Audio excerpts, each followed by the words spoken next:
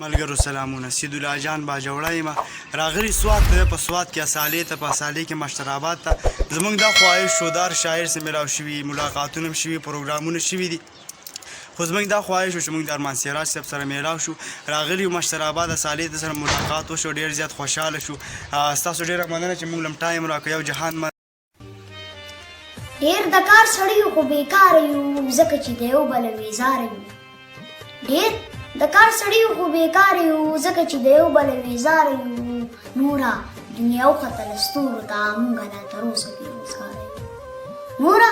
دنیا وختله ستورو ته موږ لا تر اوسه بېروزګاره یو او سم بېلاره شوي د لارې نه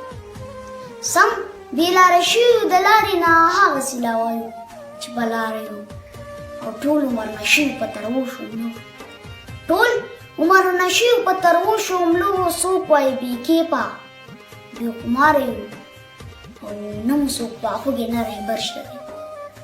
نه مو څوک خواخوږی نه رهبر شته دی سم لکه بې موره یو بې پلاره یو او بل څه کوو هغه چارې نه کوو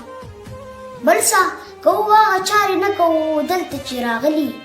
څه دپاره یو غرق خیو سراجه مونږه غرق خیو غرق خیو سراجه مونږه غرق خیو داسې چې په یو بل بیرباد ډېر د کار سړی خو بیکاره یو ځکه چې د یو بل ویزاره یو ډېر د کار سړی خو بیکاره یو ځکه چې د یو بل ویزاره یو نوره دنیا وختله ستورو ته مونږه لا تر اوسه بېروزګاره یو نوره دنیا وختله ستورو ته مونږه لا تر اوسه بېروزګاره یو او سم بېلاره شوي د لارې نه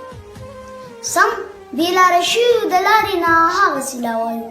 چې په لاره یو او ټول عمر نشي په ترو شو ملو ټول عمر نشي په ترو شو ملو څوک وایي بې کیپا بې خماره یو